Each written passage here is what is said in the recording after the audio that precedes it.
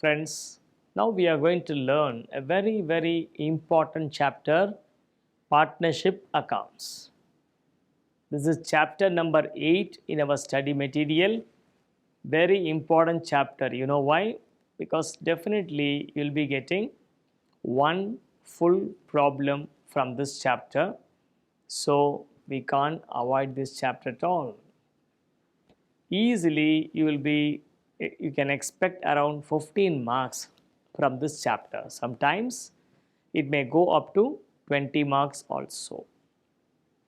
In this chapter we have 5 different units: introduction to partnership accounts, goodwill, admission of a partner, retirement of a partner, and of course death of a partner. 5 different units are there. Now we will start with the introduction to partnership accounts. Let us see what is that we are going to learn in this unit. This unit is basically trying to understand what is the meaning of partnership, what are the rights and duties of partners, what is the powers and liabilities of partners, how to prepare the accounts of a partnership, like that. Basic elements we are going to learn in this chapter. So what are the learning objectives?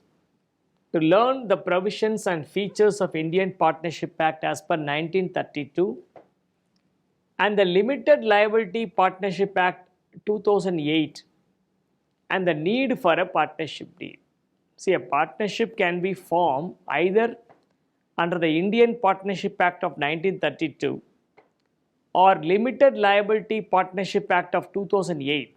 2 different ways a partnership can be formed. So we are going to learn.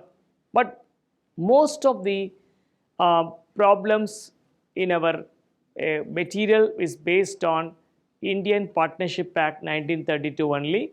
We give a small reference to the Limited Liability Partnership Act. Okay. Understand the technique of maintaining and preparing P&L appropriation account. How to prepare a P&L appropriation account in relation to a partnership, that also we are going to learn in this unit.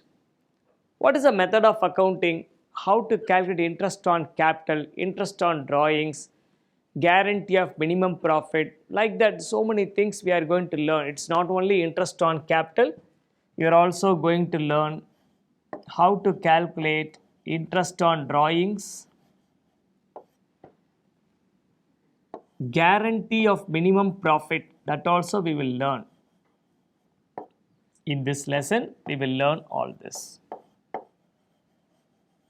So this unit will give you a complete understanding of what is the meaning of partnership, what are the provisions in Indian Partnership Act of 1932, the provisions of Limited Liability Partnership Act, then why we need a partnership deed, how to prepare P&L appropriation account, how to calculate interest on capital, interest on drawings, and guarantee a minimum profit.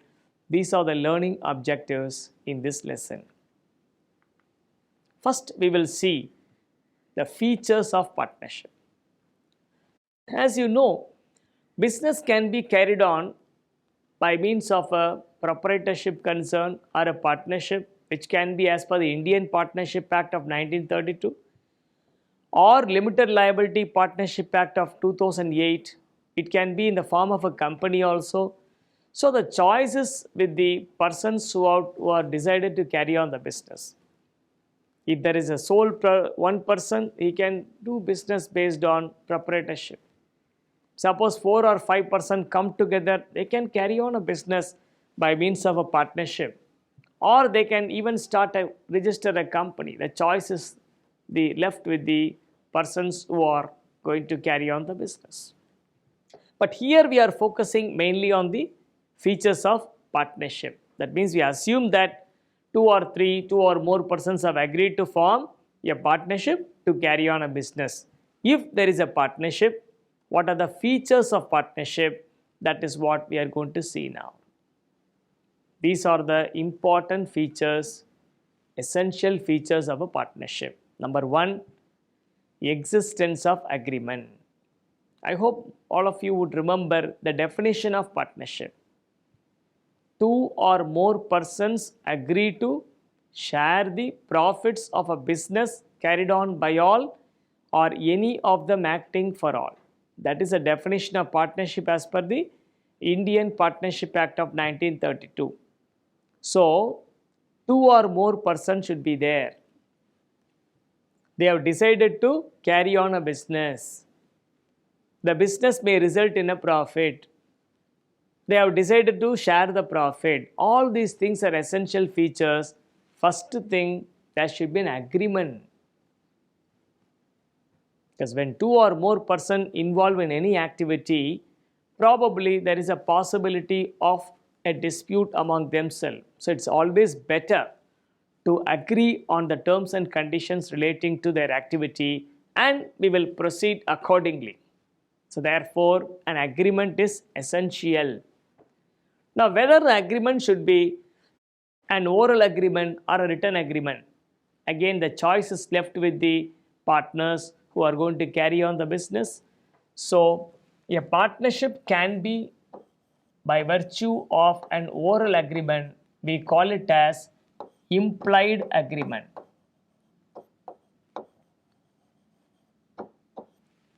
Or it can be a written agreement. That means expressly you have mentioned the duties, rights and responsibilities of all the partners in the form of a written agreement. You call it as express. So, agreement is essential for a partnership, which can be either oral or written. But which is preferable? Which is advisable? It is advisable to have a written agreement, because a oral agreement may not stand in the court of law. Then nobody will come to your rescue if any dispute arises. So if you are getting into a partnership with another person, that person may be your close friend or relative or your father or mother, no problem. It is advisable to have a written agreement so that in future everybody will be aware of what are the terms and conditions you have agreed, and suppose the dispute arises, we can file it in the court of law so that you get the remedy for that. So an agreement is essential, which can be oral or written, but it is advisable to have a written agreement. Next, the partnership should be for a business. Just because two or more persons are involved in an activity, you cannot say that is a business. For example, a house property is owned by two persons. They are getting rental income. They are sharing it among themselves. You cannot say there is a partnership. Owning a building is not a business. There should be some economic activity. There should be some buying and selling. There should be some rendering of service. There should be some occupation, or there could be a manufacturing activities. Some economic activity should be there. Then only it will be construed as a business. There should be a risk element involved. There should be rewards for that. Then only we can say it is a partnership. Therefore, there should be a business which can be for trading, manufacturing or service. For example, lawyers, doctors, chartered accountants also can form a partnership for rendering service. Of course, chartered accountant cannot do trading, manufacturing activity because it's a profession. So therefore, those who are in the profession can also form partnership, because profession is also included in occupation as far as the Partnership Act is concerned. So there should be a business. You should be involved in some economic activity. Two or more persons have agreed to do that. And for what purpose the business is carried on, that venture is carried on, that economic activity is carried on. The objective is to make money, is to earn some profit. And once two or more persons are involved in that activity, necessarily they would like to share the profit among themselves. So that agreement should clearly mention what is the profit sharing ratio. But here, friends, we are using the word profit. Suppose if loss arises, what we should do? loss also should be shared by the partners, because you cannot say I'll be entitled for profit only, I'll get the rewards only. If any risk arises, that also we have to bear. So the consequences of your decision, whether it is good or bad, shall be to your account only. So you started a business along with your friend, the business makes a profit, you are entitled to share it. Suppose it makes a loss, you are bound to bear the loss also. It is not exactly sharing a profit only. If there is any loss, that loss also should be shared. Why? Very simple. There is a very important definition for profit which says profit includes losses. So loss is nothing but a negative connotation of profit. Negative profit is loss. So therefore you cannot argue that I have decided, I have agreed to share the profit only. We will have to share the loss also. In what proportion? That is why agreement is there. In the agreement, it is normally mentioned in what proportion the partners will share the profit or loss. In that proportion, the profit or loss should be shared. So there should be an agreement which can be oral or written. Written is preferable.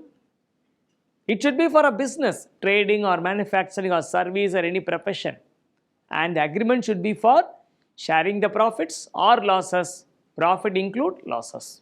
And once you enter into a partnership with another person, it is the nature of a principal-agent relationship.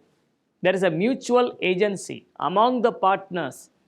Every partner is an agent of the other partner, and every partner is the agent of the firm also. So the partner is acting on behalf of the other partners, and the partner is acting on behalf of the firm. So the firm is the principal, the partner is the agent. And every partner is an agent of other partners. So therefore a partnership can be regarded as a contract of implied mutual agency. So that mutual agency is an essential feature of a partnership. Whether a minor can be admitted as a partner. As you know, a minor cannot be imposed upon with any liability. But if any rewards are there, the minor will be entitled. But in the case of a partnership where you carry on a business, there is a possibility of profit as well as loss. So whether a minor can be taken as a partner, the answer is yes. But if the firm makes a profit, minor is entitled to share it. But if the firm makes a loss, minor need not bear the loss, because minor cannot be made to bear any liabilities or bear any loss. A person, boy or girl less than 18 years of age, can be admitted as a partner, but only for the benefits of the partnership. You understand? So suppose a firm makes a profit of 5 lakhs. There are 4 partners. Assuming they share profits equally. Suppose if the profit sharing is equal and the profit is 5 lakh, each of the partner will get 1,25,000 as their share. But suppose if one of the partners happens to be a minor and the firm makes a loss, minor will not bear any part of the loss. So that 5 lakh should have to be divided among the other 3 partners equally, or in the given ratio, which will be 166,667, like that. So therefore, see whether the firm has made a profit or loss. Yes, they made a profit. It will be shared by all the partners, including a minor, in the ratio as per the agreement. Suppose there is a loss and a minor is a partner, that minor will not bear the loss, only other partners will have to bear the loss. It will be divided according to the agreement. How many persons can be a partner in a firm? Minimum 2 persons should be there. Maximum 200 persons can be partners. That is a recent change in the company law. So you can have around 200 persons as partners in a firm, but that will be too much. So better to have 10 partners or 7 partners or 5 partners, like that, because more persons, more confusion. So it's more dispute, better to have lesser number. But minimum should be 2 because you can't agree with yourselves to agree with other person in other person. Therefore, in a partnership, at least 2 persons should be a partner.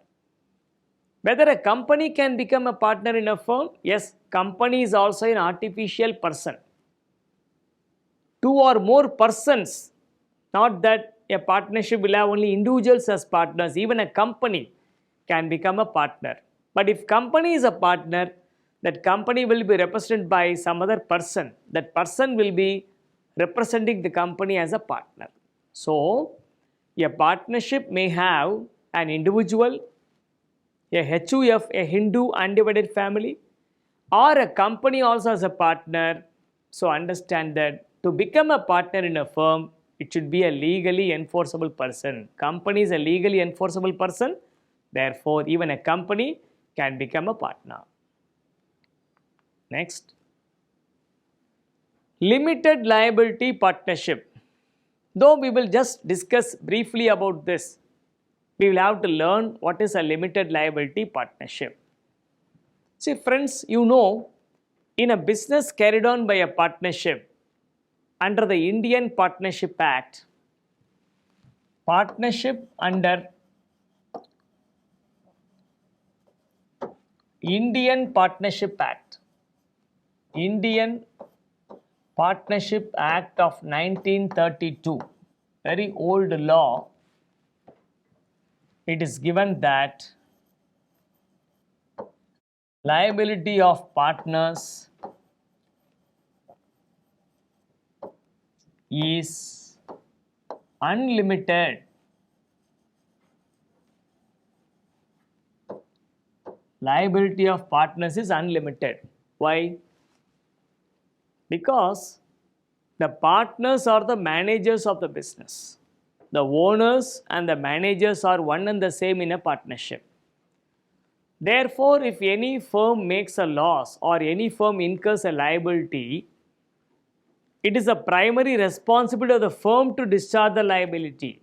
But based on whose decisions and management the firm has incurred the liability, it is a partner, is it not?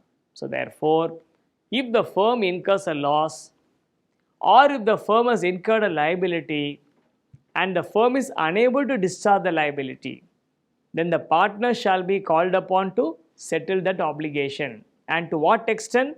Unlimited. Of course, subject to whatever is his personal assets and personal liability. Suppose your firm has a liability of 5 lakhs. The firm is unable to pay. Then the banker or the creditor can ask the partners to settle that liability. What is the personal asset of the partner and liability? We have to see. Suppose the personal asset of partner is 2 lakhs, liability is 1 lakh, then he has only 1 lakh. Even though the liability of the firm is 5 lakh, this particular partner can pay only 1 lakh. But suppose the partner has huge assets, some 100 lakhs of asset they have, then that partner may be called upon to pay off the liability of the firm. So, in a partnership under the Indian Partnership Act of 1932, the partner's liability is unlimited. It is not restricted. So, what may happen is the partner's personal assets also may be taken over by the third parties, may be recovered by the court of law. So, in a partnership, that is the biggest risk involved under the Indian Partnership Act. But you also know that partnership is a mutual agency. One person may act on behalf of all the others. Suppose that person commits a fraud or that person commits a mistake, any loss liability arises out of that, then all the partners are liable because that partner is acting on behalf of the other partners. All partners become liable. Therefore, you may have to shell out money because of the default committed by others. How to safeguard the partners? So, we want all the features of a partnership, but we don't want unlimited liability. We don't want to struggle because of others' mismanagement. So, how to come out of this? A need arose. I want to have a corporate structure. At the same time, it should be in the form of a partnership also. Because in a corporate structure, the liability is limited, it's a limited liability company. Whereas in partnership, partners' liability is unlimited. Is it not? So, I want the benefits of both. I want limited liability, but I don't want it to be a company. I want that to be in the form of a partnership. So, I want to enjoy the benefits of both. That is when the need for a limited liability partnership arose. So, LLP Act, Limited Liability Partnership Act, was introduced and passed in the year 2008. According to the Limited Liability Partnership Act, the liability of partners is limited.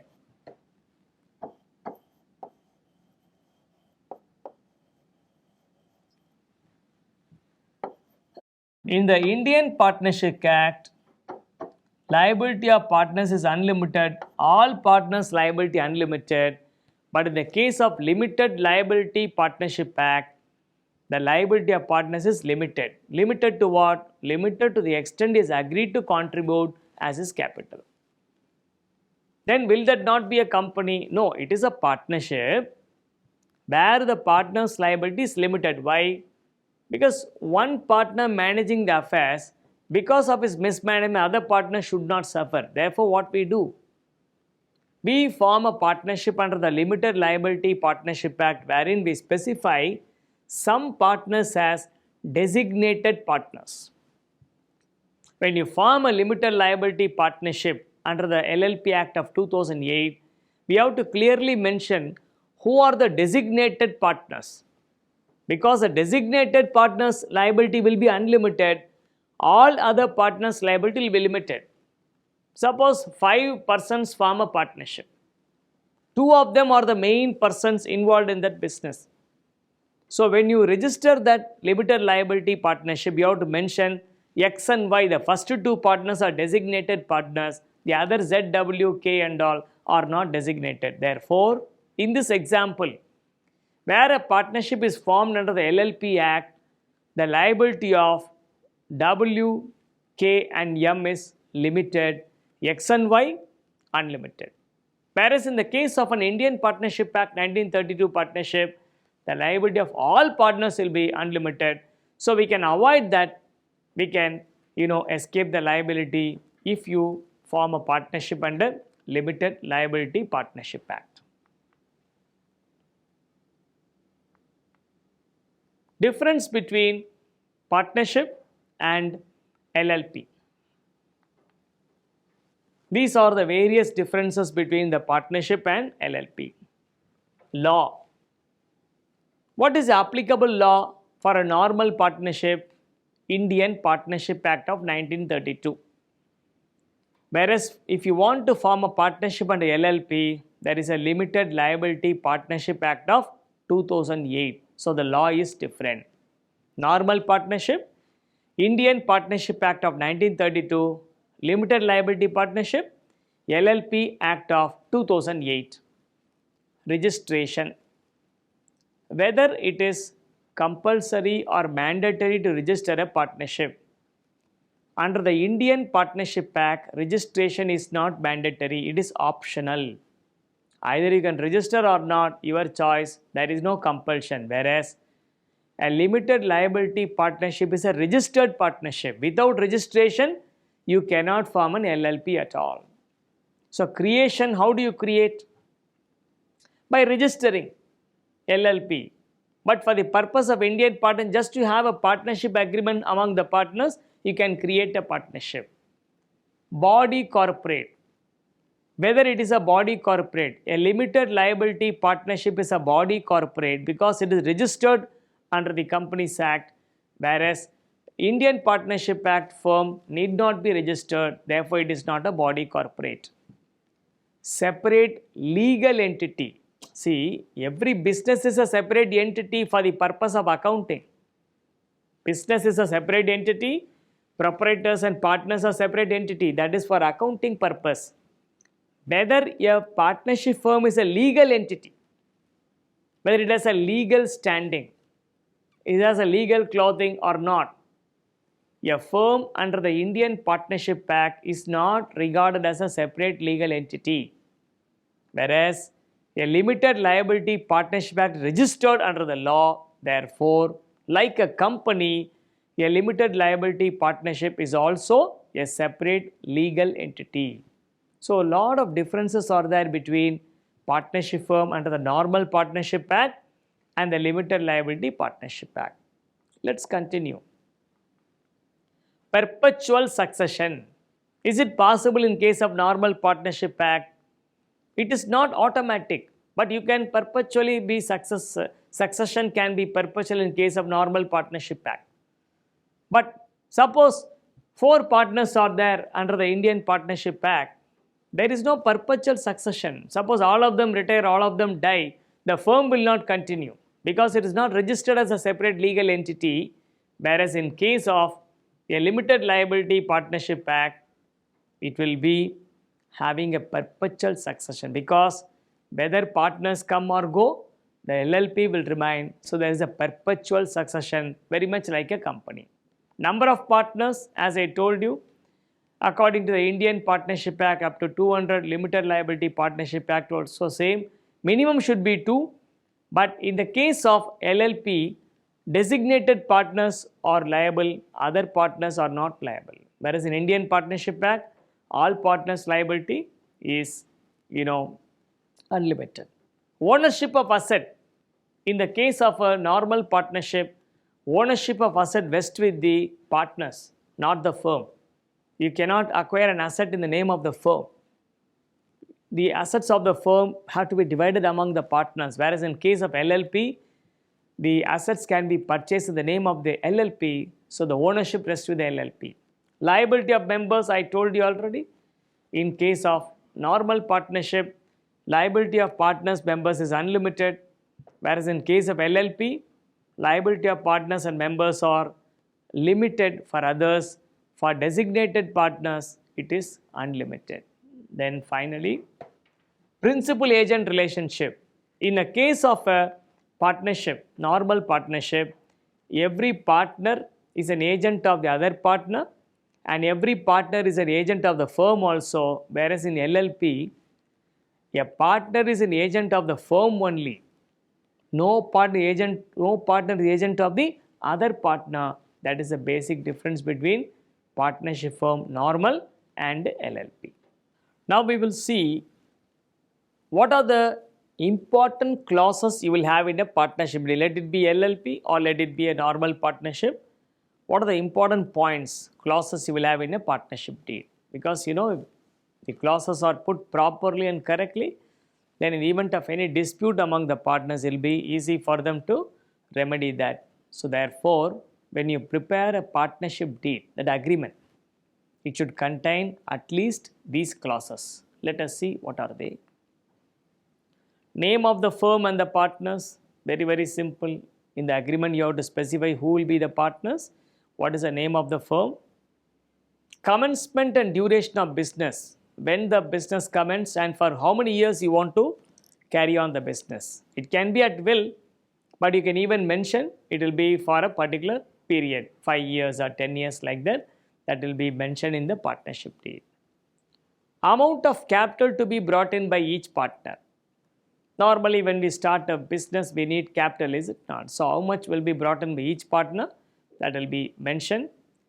Amount to be allowed to each partner's drawing and the timing of such drawing. Whether the partner can draw money from the business. When can he draw? To what extent they can draw the money? That will be there in the partnership deed. Rate of interest to be allowed to each partner on his capital and on his loan to the firm and to be charged on his drawings. See, partners provide capital, whether any interest is allowed to them, what is the rate at which you will allow interest? Suppose a partner has given loan to the firm, will you give them any interest on loan? If a partner has drawn money, he has taken the business money, whether you will charge any interest on drawings, what is the rate at which you will charge interest, that also will be put in the partnership agreement. Then the ratio in which profits or losses to be shared. Definitely in every partnership agreement we will mention what is the profit sharing ratio. But sometimes you may not mention it. In that case, no problem. According to the Partnership Act, if the profit loss sharing ratio is not mentioned, it is assumed that they want to share it equally. Next, whether a partner will be allowed to draw any salary. Partners are rendering service to the firm, so they might be requiring some remuneration for their domestic purposes. So whether partner is entitled for any salary. Any variations in the mutual rights and duties of partners. Initially, what are the rights and duties are mentioned. Suppose there is any variation, how that will be taken into account will be mentioned in the deed. Method of valuing the goodwill on the occasions of changes in constitution of the firm. Suppose a partner gets admitted or a partner retires or there is death of a partner, how are you going to value the goodwill? How are you going to account it like that? That will be mentioned in the partnership deed. Procedure by which a partner may retire and the method of payment of his dues. Suppose a partner retires, you have to make settlement to the partner. Now, what is the procedure for that? When will you make the payment? Whether you will pay any interest, will you make the payment in one lump sum or will you make it in installments? All that will be mentioned. Basis of the determination of the executors of a deceased partner and the method of payment. Suppose a partner deceased, a partner died, then you'll have to make the settlement to the legal heir of the deceased partner. So how much will be paid? How will you determine the amount? How much you will pay the executor? What is the timing? When will you pay? These things will be mentioned in the partnership deed. Treatment of losses arising out of insolvency of a partner. Any loss arises, suppose one of the partner becomes insolvent, is unable to contribute to the losses of the company or deficiency of the firm, then how to account for the losses. All these points will have to be mentioned as clauses in the partnership deed. Let's continue. What is the procedure to be allowed for settlement of disputes among the partners?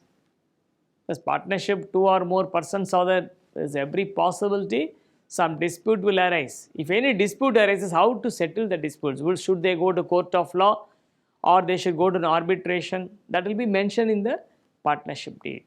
Then how to prepare accounts and what is the condition for audit? Of course, preparation of accounts and audit, it's not mandatory. It has to be mentioned in the deed, and where it is mentioned in the deed, it shall be done accordingly. Now, very important point we are coming. So far what we have seen, what are the normal clauses you will find in the partnership deed? But when you prepare a partnership deed, there is every possibility that you miss out on something. You, by mistake, you did not mention a particular clause in the partnership deed. Then what happens? That is what we are going to see now. Rules in the absence of partnership deed. Very important point. Number 1. No partner has a right to salary. The deed can mention whether a partner is entitled for salary, how much salary you have to pay. If it mentions, then the partner can draw that much salary, not above that money or below that they can draw. But suppose the partnership deed is silent about whether salary is payable to a partner or not, then no partner is entitled to salary from the firm. Similarly, no interest to be allowed on capital. No interest to be charged on drawings. Very important points. Unless these things are mentioned, salary, interest on capital, interest on drawings, unless these are mentioned in the partnership deed, no partner will get any salary, no interest will be allowed on capital, no interest will be charged on drawings. What about a case where a partner has given loan to the firm over and above the capital? Sometimes a partner has given loan to the firm. Any interest is payable even if nothing is mentioned in the partnership deed. Interest at the rate of 6% per annum to be allowed on partner's loan to the firm. But it depends on the agreement. Suppose agreement says you have to pay 9%, then interest on loan will be 9%. If the deed is silent on that, then the interest on loan will be at the rate of 6% per annum. Then finally, profit and losses are to be shared equally. Normally, as I told you, the partnership deed will provide for what will be the ratio in which they will share the profit or loss. For profit sharing, separate ratio may be there. For sharing loss, separate ratio may be there.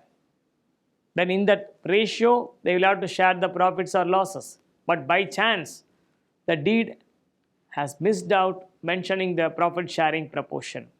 Then, according to the Partnership Act, the profits and losses, if any, are to be shared equally. It is an assumption, because if you say you have to share it in a certain proportion, then dispute will arise. So better say, let them share equally. If they have decided it is 532 or 247 like that, then according to the deed we have to share. If the deed is silent about sharing of profit, then it is assumed that the partners will share the profit or loss equally. So these are the very, very important points, friends. See the deed first. See whether salary is payable, interest on capital is payable, interest on drawing is chargeable, what is the rate of interest on loan, profit sharing ratio. If you do not find any of these clauses in a partnership deed, what is the rule? The rule is no salary to any partner. No interest will be allowed to any partner. You cannot charge any interest on drawings. Even if nothing is mentioned in the partnership deed relating to interest on loan given by a partner, it should be allowed at the rate of minimum 6%. Profit losses should be shared equally. Very, very important point. Please understand this carefully. What are the powers of the partners? See, this is purely theoretical, nothing to do with accounting. What are the powers of partners? Powers of partners are all derived from the partnership deed. Whatever the partnership deed allows, in the deed you will mention these are the powers of the partners. Whatever powers of partners allowed as per the partnership deed, that the partner is entitled to do. But sometimes other partners may delegate a certain right or a power to the partners, then that partner can exercise those powers for the benefit of the other partners. So, the powers of partners is as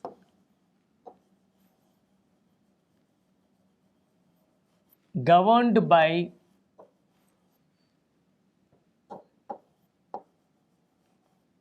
partnership deed. Number 1, or as delegated by other partners.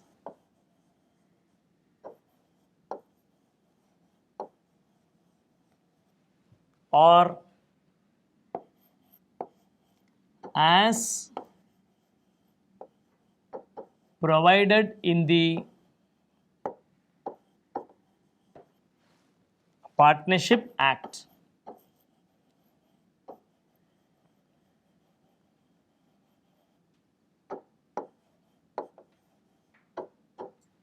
What a partner can do,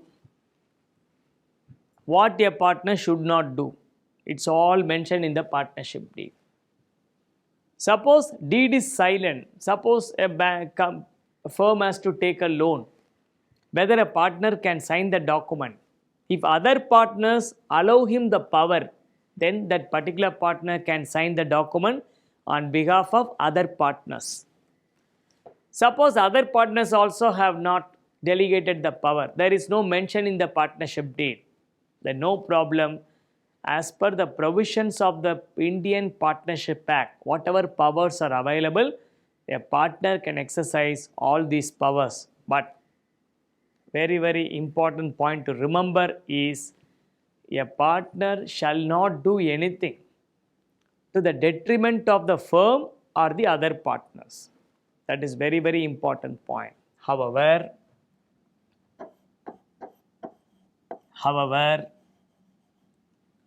nothing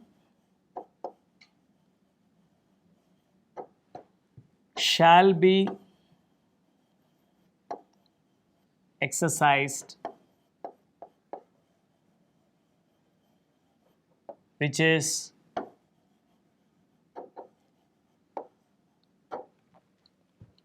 detrimental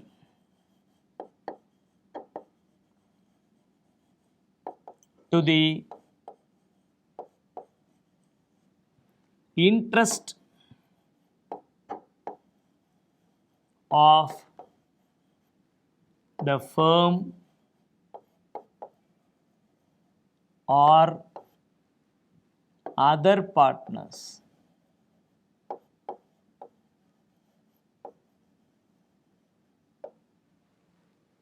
So the partners derive their power and rights from the partnership deed or as delegated by other partners or as provided in the Partnership Act. But they should be very careful that they should not do anything. They should not exercise any right or power such that it cause any harm to the firm or other partners. So nothing shall be exercised which is detrimental to the interest of the firm or other partners. So this is also very important point. Of course, this has nothing to do with accounting, but based on the power exercised by the partner, accounting may start, is it not? So we have to be very careful about understanding these things. Powers of partners. I hope everything was clear and you will be able to understand it thoroughly, and you get a problem on this. Based on this, you will be able to do it in the exam. Of course, you will be doing problems on this afterwards also. That will give you more understanding about how to apply what all we learned in this chapter.